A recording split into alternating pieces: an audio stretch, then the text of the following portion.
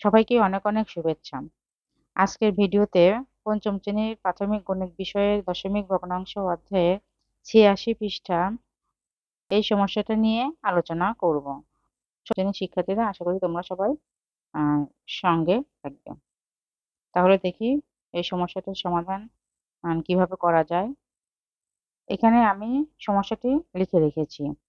একটি আয়তাকার জমির ক্ষেত্রফল ২৯.৪ বর্গমিটার। এর দৈর্ঘ্য ৮.৪ মিটার হলে প্রস্থ কত? পঞ্চম শ্রেণীর শিক্ষার্থীরা, আজকের এই সমস্যাটি অনেক ইম্পর্টেন্ট। প্রায় পরীক্ষায় আসে। এর সমাধানটা অনেক সহজ। আশা করি তোমরা সহজেই বুঝতে পারবে। এখানে আমাদের সমস্যায় আছে আয়তাকার জমির ক্ষেত্রফল দেওয়া আছে।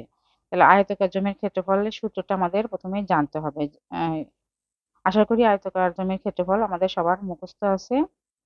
আয়তাকার জমির ক্ষেত্রফল সমান দৈর্ঘ্য গুণন প্রস্থ। আর আমাদের বের করতে হবে প্রস্থ। এখানে আমাদের ক্ষেত্রফলটা দেওয়া আছে, দৈর্ঘ্যটা দেওয়া আছে। আমাদের সমস্যায় ক্ষেত্রফলটা দেওয়া আছে, দৈর্ঘ্য দেওয়া আছে। বের করতে হবে প্রস্থ।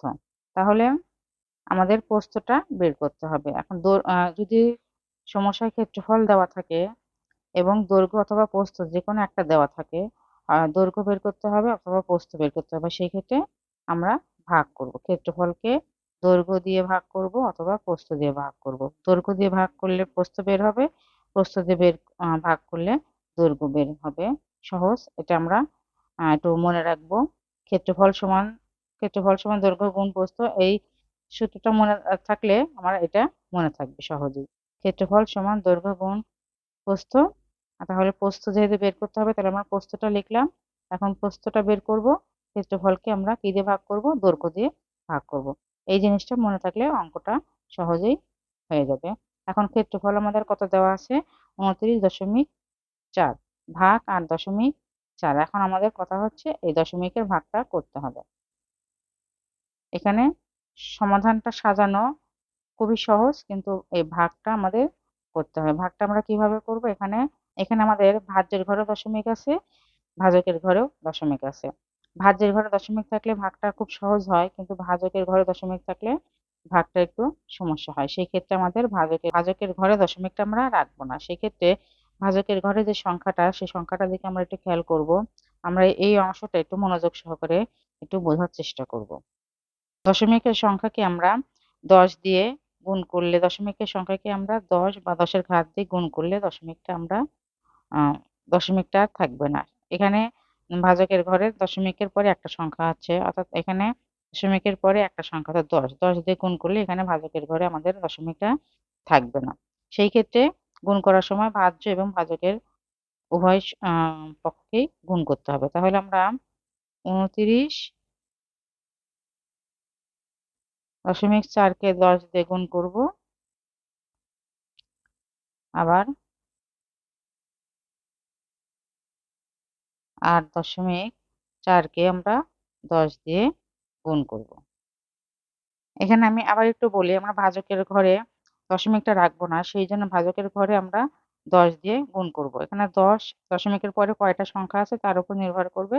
আমরা ১০ দিয়ে গুণ করব, না ১০০ দিয়ে গুণ করব, না ১০০০ দিয়ে গুণ করব। যদি দশমিকের পরে একটা সংখ্যা, তাহলে আমরা ১০ দিয়ে গুণ করব। আর ভাজকের সাথে ১০ দিয়ে গুণ করলে ভাজ্যের সাথেও ১০ দিয়ে গুণ করতে হবে। তা না হলে এটার উত্তরটা ভুল হবে। তাহলে আমরা ভাজ্যকেও ১০ দিয়ে গুণ করলাম, ভাজকের ঘরটাও ১০ দিয়ে গুণ করলাম। এখন ১০ দিয়ে গুণ করলে এখানে হবে ২৯৪ আর এখানে হবে ৮৪।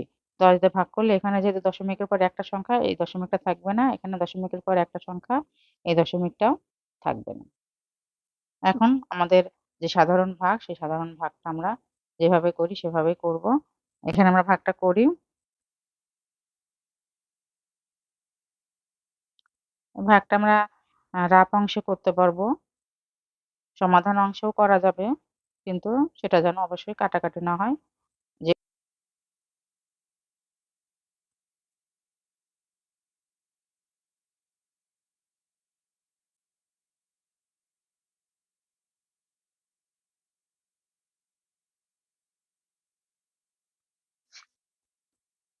এখানে আমরা ভাগটা করলাম। ভাগটা আমরা রাফ অংশ করতে পারি।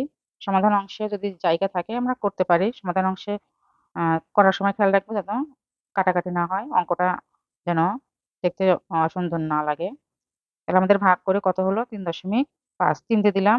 ভাগশেষ থাকে ৪২ আর এখানে একটা শূন্য দশমিক দিয়ে একটা শূন্য আমরা দিতে পারি। দশমিক দিয়ে এখানে একটা শূন্য আমরা দিলাম।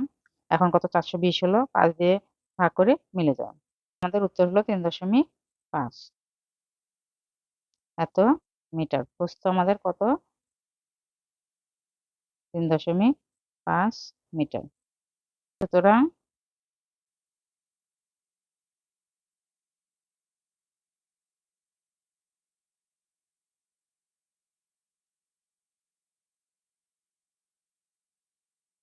আমাদের উত্তর হলো সুতরাং আয়তাকার জমির প্রস্থ ৩.৫ মিটার। এখানে আমরা সবসময় খেয়াল রাখবো দৈর্ঘ্য ও প্রস্থ সবসময় মিটার হবে। আর শুধু ক্ষেত্রফলের ক্ষেত্রে আমাদের বর্গ মিটার।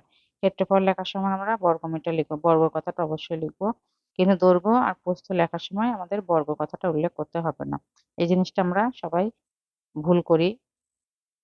অনেকে ক্ষেত্রফল লেখার সময় বর্গ লিখি না, আবার অনেকে ভুল করে প্রস্থ লেখার সময় বর্গ লিখে ফেলি বা দৈর্ঘ্য লেখার সময় বর্গ লিখে ফেলি। এই জিনিসটা আমরা একটু মনোযোগ সহকারে মাথায় রাখবো।